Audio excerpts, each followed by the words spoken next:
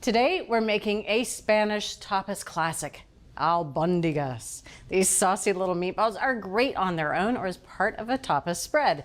And Keith is here. He's going to show us how to make a great version at home.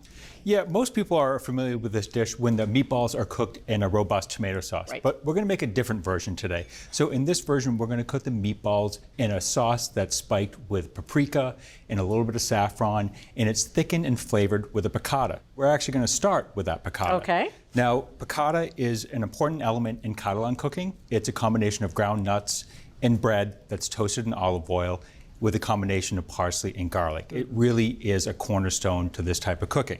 So I'm going to start with a 1/4 cup of slivered almonds, process it for about 20 seconds until the nuts are finely ground. Okay. That looks good. Now for the bread, I'm just using white sandwich bread here. I'm going to tear this into 1-inch pieces. You can use different types of bread here. You can use stale bread if you have it, but most people have a sandwich bread in their home, so that's what we're using today. Perfect. I'm going to process that until finely chopped, about 15 seconds. Now for the toasting. I'm just going to take this and I'm going to transfer this to a 12-inch nonstick skillet. I have 2 tablespoons of extra virgin olive oil. You want that peppery bite. It's going to be great with the toasted nuts.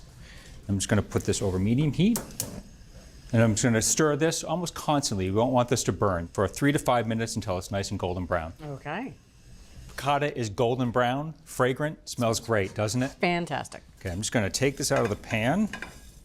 I'm going to add 3 tablespoons of chopped parsley, 2 minced garlic cloves. I'm just going to stir this together.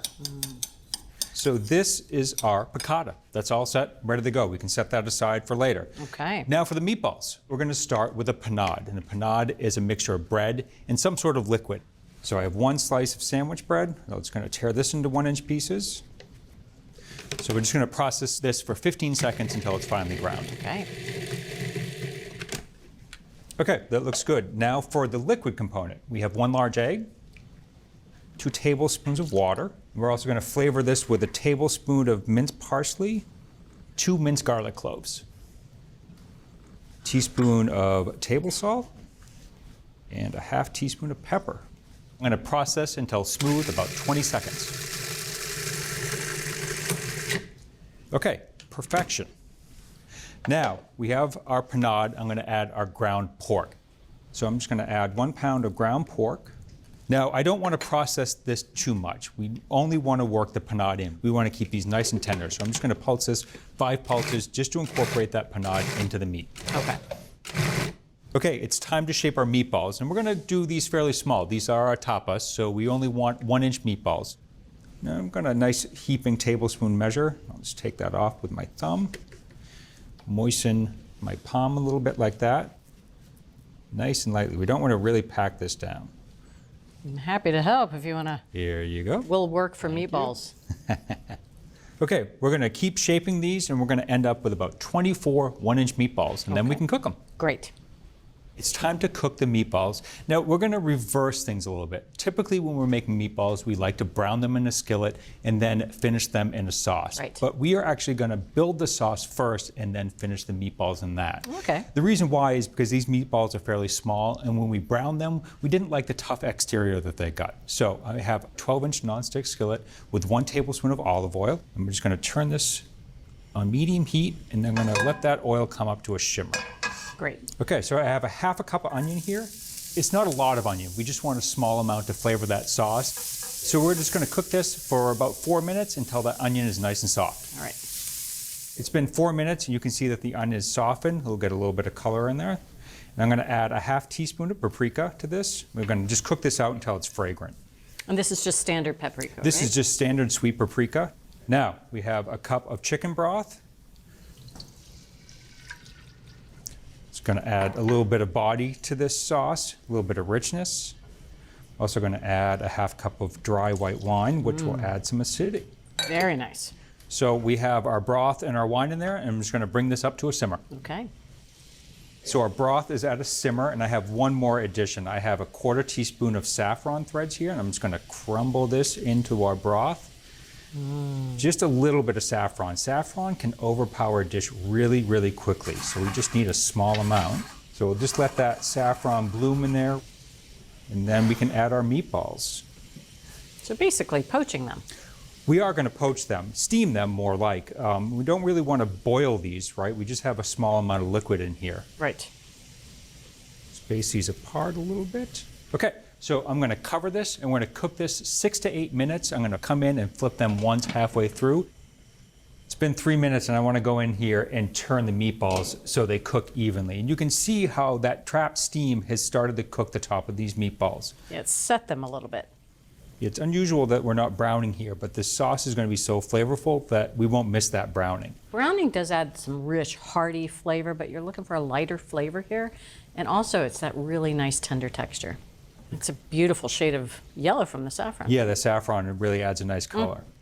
Meatballs are turned over, put the lid on, go for another 3 minutes until the meatballs reach 160 degrees. It's been 6 minutes and we want to check the temperature of our meatballs. So I'm looking for 160 here. Perfect, 160 degrees. Okay, so in goes our picada that we made earlier. Lovely. Isn't that great? Okay, so I'm just going to stir this in. You can start to see that almost immediately it thickens that sauce up. The breadcrumbs and the almonds in there. You can smell that toasty bread right now. That is all incorporated in there, and we're just going to let this simmer for 1 to 2 minutes more, and that will make sure that the sauce is really nice and thick and all those flavors have bloomed. Our picada has worked its magic and it's thickened our sauce nicely. I'm just going to cut the heat and add 1 teaspoon of sherry vinegar. Just a little bit of acidity to balance out the richness of the almonds in that olive oil. That thickened up beautifully, though. Yeah, see how tight that sauce is? Yes. It's nice, and it coats the meatballs really nicely. Lovely. Okay, so over to our platter here.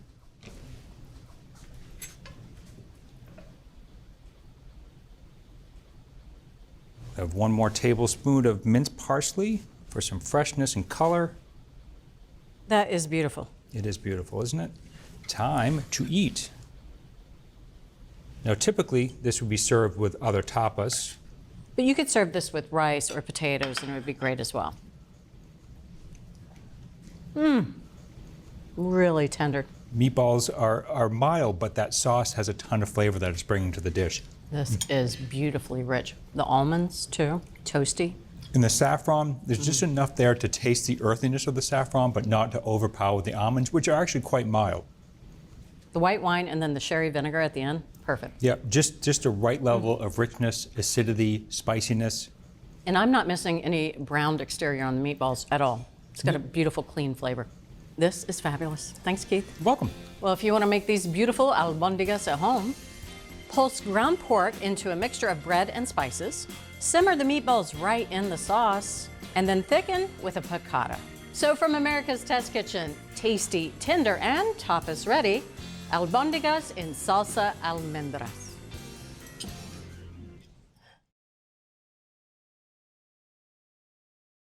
Thanks for watching America's Test Kitchen. What'd you think? Well, leave a comment and let us know which recipes you're excited to make, or you can just say hello. You can find links to today's recipes and reviews in the video description. And don't forget to subscribe to our channel. See you later. I'll see you later.